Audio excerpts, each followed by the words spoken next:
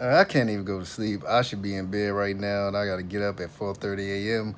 But I'm making this video now. How in the world did we get the number six pick when we had a 14% chance, along with the Utah Jazz and the Charlotte Hornets, and none of us got the number one pick?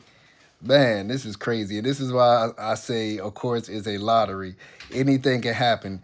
But Dallas Mavericks with a 1.8% chance was the last team that I expected to freaking get the number one pick.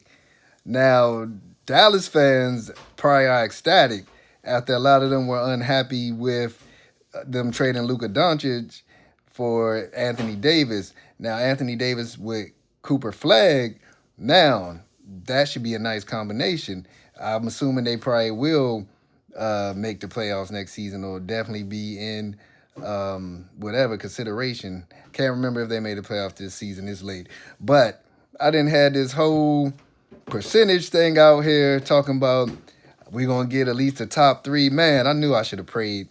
I knew I should have prayed for the Wizards before this draft lottery because the good Lord might have blessed us. But you know what? I'm not going to be too upset because we have a nice young core from last year's draft.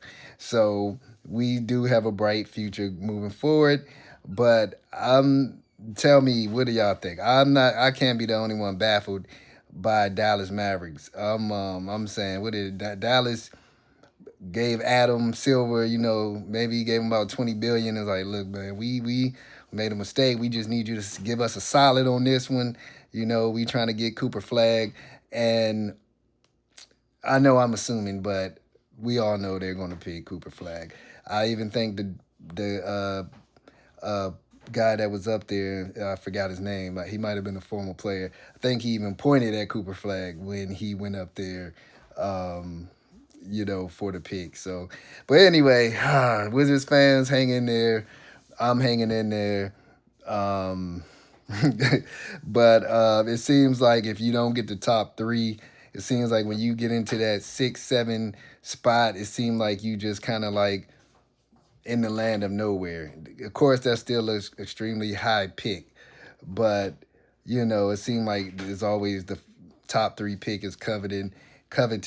And I don't know if this is considered a weak or strong draft. You know how people always say that, but it just seemed like when you in that five and below spot, it just don't. It obviously, it's not as solid as the top three. But man, that's just frustrating when you got a 14% chance to not even get a top three pick. It's like, man, they just don't like us.